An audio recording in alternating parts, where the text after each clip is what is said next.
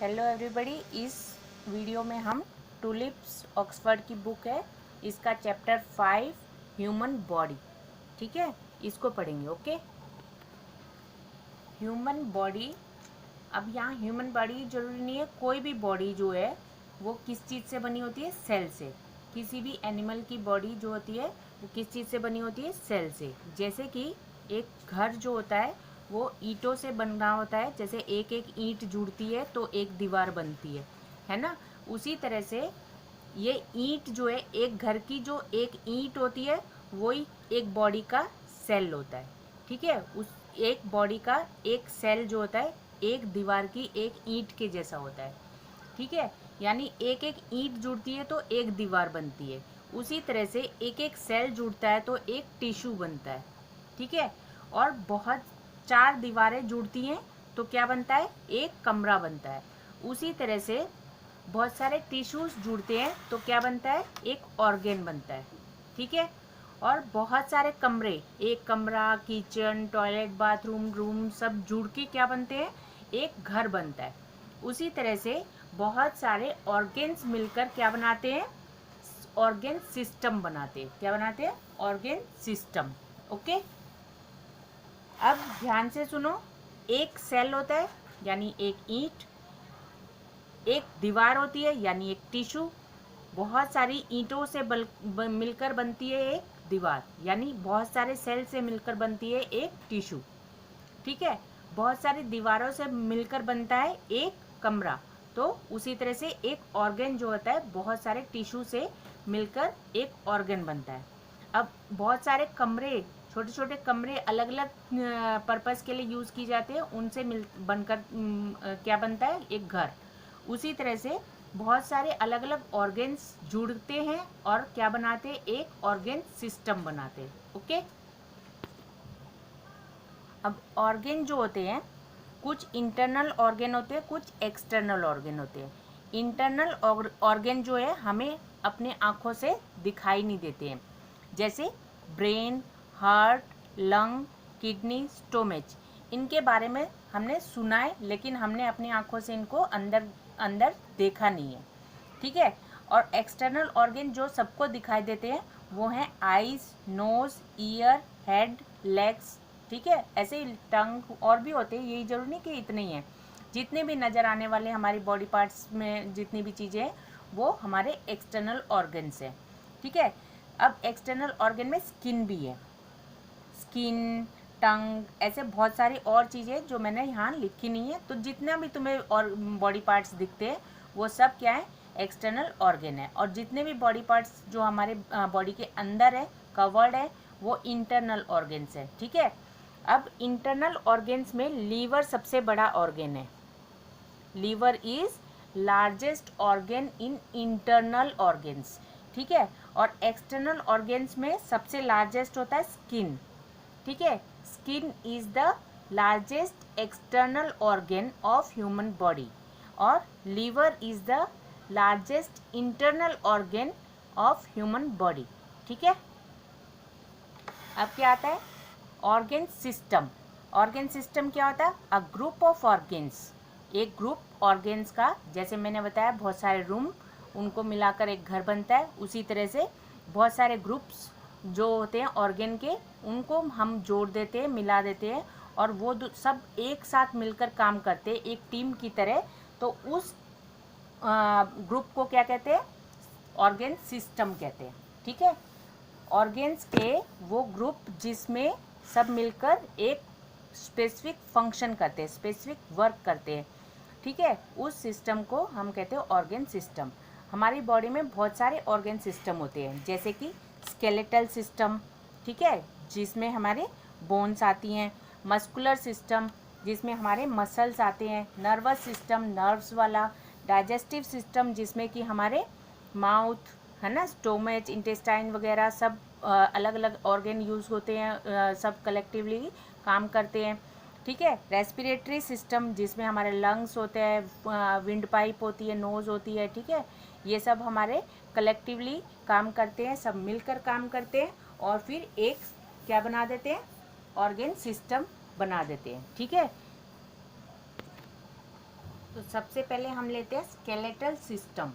ठीक है, skeletal system क्या है? फ्रेमवर्क ऑफ बोन है, बोन से ही बना हुआ एक ढांचा है, फ्रेम है। ठीक है, जैसा कि तुम पिक्चरों में देखते हो भूत की हड्डियां हड्डियां ऐसे आती हैं और बोलते हैं भूत आ गया भूत आ गया, वो क्या है? स्केलेटल सिस्टम है। ठीक है, बॉडी का ही, जिसमें हम ऊपर की स्किन हटा दे तो हमारा जो सिस्टम दिखाई देता है सबसे पहले बॉडी का, वो होता है स्केलेटल सिस्टम। ठीक है, अब बोन्स क्या होते हैं? बोन्स हैं हार्ड वाइटिश टिश्यू। बोन्स जो होती हैं वो वाइट कलर की हार्ड टिश्यू होते हैं। ठीक है, छोटे छोटे छोटे छोटे सेल से ही मिलकर बनता है बोन।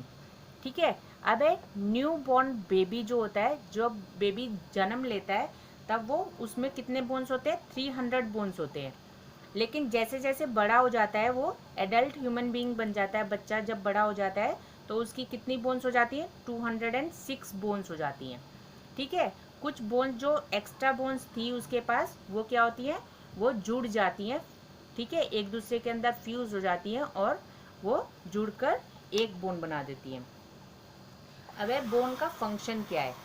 ठीक है, function of bone give shape and support to the body. हमारी बॉडी को शेप देता है, सपोर्ट देता है। बिना बोन्स के क्या होगा? हमारी बॉडी कैसी हो जाएगी? एक मस्कुलर थैले जैसी हो जाएगी, झोले जैसी हो जाएगी। झोला क्या होता है?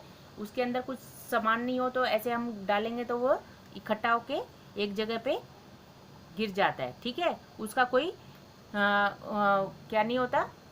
शेप नहीं होता। ठीक है, तो जब तक मसल्स के अंदर कुछ ठोस चीज़ नहीं होगी तब तक उसमें शेप नहीं आएगा। वो ठोस चीज़ क्या है? बोन्स है। ठीक है, तो बोन्स की वजह से ही क्या होता है? बॉडी को शेप मिलता है और सपोर्ट मिलता है। ठीक है, protect internal organ such as heart, lung and brain. और ये हमारे जो इंटरनल ऑर्गन्स होते हैं उनको प्रोटेक्ट करती है। जैसे हार्ट है, लंग है, ब्रेन है, इनको कौन प्रोटेक्ट करता है? बोन्स प्रोटेक्ट करती है, क्योंकि बोन्स हार्ड होते हैं। ठीक है, बाहर से कोई हिट करता है, कोई मारता है तो इन ऑर्गन्स को कोई नुकसान ना पहुंचे, उसके लिए कौन हेल्प करता है? बोन्स हेल्प करते हैं। ठीक है, bone helps in movement also. Bone क्या करती है? मूवमेंट में भी हेल्प करते हैं। ठीक है, अकेले अकेले बोन नहीं मूवमेंट को कर सकते, उसके लिए मस्कुलर सिस्टम भी उसके साथ में सपोर्ट करता है, तब मूवमेंट होती है। ठीक है, अब है bone marrow produce red blood cell. Bone marrow क्या होती है? बोन्स के अंदर, बोन के अंदर जो होती है बिल्कुल एक क्या होती है? बोन मैरो होती है। ठीक है, उससे क्या होता है? रेड ब्लड सेल्स जो होते हैं वो प्रोड्यूस होते हैं ब्लड के। ठीक है, और दूसरा काम बोन क्या करती है? बोन स्टोर करती है मिनरल्स को। इस बोन के अंदर क्या स्टोर होता है? मिनरल्स स्टोर होते हैं। कौन से मिनरल्स? Calcium and phosphorus. अब इन क्वेश्चंस के जवाब देने हैं। Cells join to form a, क्या आएगा? टिश्यू या ऑर्गन? राइट आंसर तुम्हें बताना है। ठीक है, tissue combines to form a cell और ऑर्गन। इंटरनल ऑर्गन इज, क्या आएगा? ब्रेन और स्किन। इनमें से कौन सा आंसर राइट है वो तुम्हें बताना है। ठीक है, एक्सटर्नल ऑर्गन इज लंग्स या नोज। इनमें से कौन सा एक्सटर्नल ऑर्गन है? A group of organ that work together to perform a specific work. ठीक है, एक ऑर्गन का ग्रुप जो कि सब मिलकर एक स्पेसिफिक वर्क परफॉर्म करते हैं, उसको क्या कहते हैं? टिश्यू कहते हैं कि ऑर्गन सिस्टम कहते हैं। अब है a framework of bone that provide shape and support to the body. एक फ्रेमवर्क बोन्स का जो कि हमें शेप देता है और सपोर्ट देता है हमारी बॉडी को, उस सिस्टम को क्या कहते हैं? रेस्पिरेटरी सिस्टम कहते हैं कि स्केलेटल सिस्टम कहते हैं। नेक्स्ट क्वेश्चन है, new born baby had 206 bones और 300 बोन्स। न्यू बॉर्न बेबी जो होता है उसके 206 बोन्स होते हैं कि 300 बोन्स होते हैं?